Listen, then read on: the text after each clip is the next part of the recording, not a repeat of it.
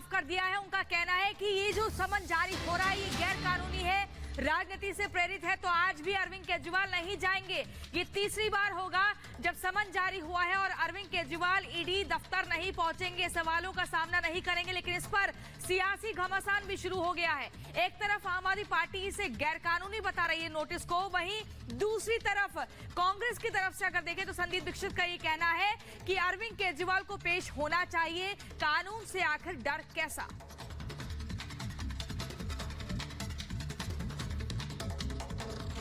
ED ने या केंद्र सरकार ने ये नहीं बताया कि वे अरविंद केजरीवाल जी को किस हैसियत से बुला रहे हैं। ना वो गवाह हैं, ना वो अभियुक्त हैं। ईडी ने अब तक साफ नहीं किया। टाइमिंग पे भी सवाल उठते हैं। ठीक लोकसभा के चुनाव से पहले जब सारे दल और केंद्र सरकार खुद लोकसभा के चुनाव की तैयारी कर रही है, उन चुनावों की कैंपेन से पहले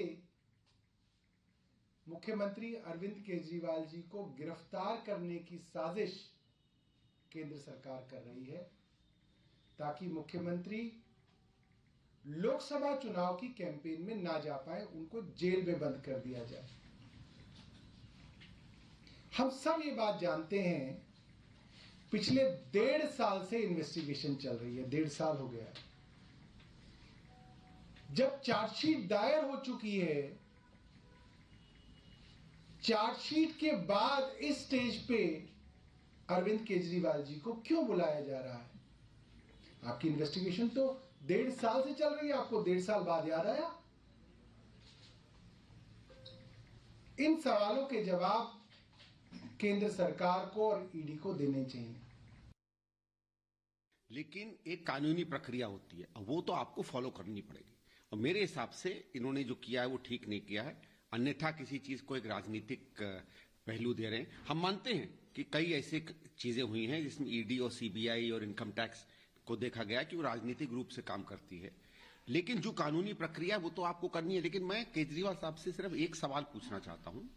आप लोगों को शायद याद होगा कि जब लोकपाल बिल की चर्चा चल रही थी तो कांग्रेस की पार्टी की तरफ से मैं भी इनसे कई बार चर्चा करता था और हमने उस समय इनसे यह कहा था कि जिस तरीके की लोकपाल का आप निर्माण कर रहे हो वो भयंकर हो जाएगा, वो मिसयूज होने लगेगा। अगर लोकपाल गलत बन जाता है या सरकार उसका गलत इस्तेमाल करती है तो इन्होंने उस समय कहा था कि भाई साहब पारदर्शी दिखना चाहिए नेता को, उसके ऊपर कोई भी आरोप लगे उसको इस्तीफा देना चाहिए, लोकपाल के अधीन चले जाना चाहिए, गिरफ्तारी हो तो गिरफ्तार हो जाना चाहिए और अगर वो इनोसेंट है तो अपने आप वो बात साबित हो जाएगी।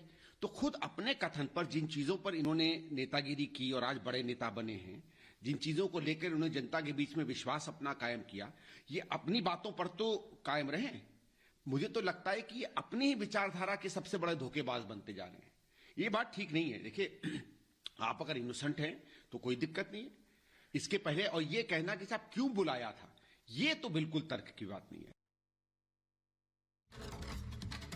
तो एक के बाद एक यहां पर देखा जा रहा है कि अब बयानबाजियों का दौर शुरू हो चुका है। एक तरफ सीएम अरविंद केजरीवाल ने ईडी के सामने पेश होने से इनकार कर दिया है, तो दूसरी तरफ अब बीजेपी के नेता मनजिंदर सिंह सिरसा ने यह बयान दिया है कि ईडी के सामने पेश होने से क्यों डर रहे हैं सीएम अरविंद केजरीवाल।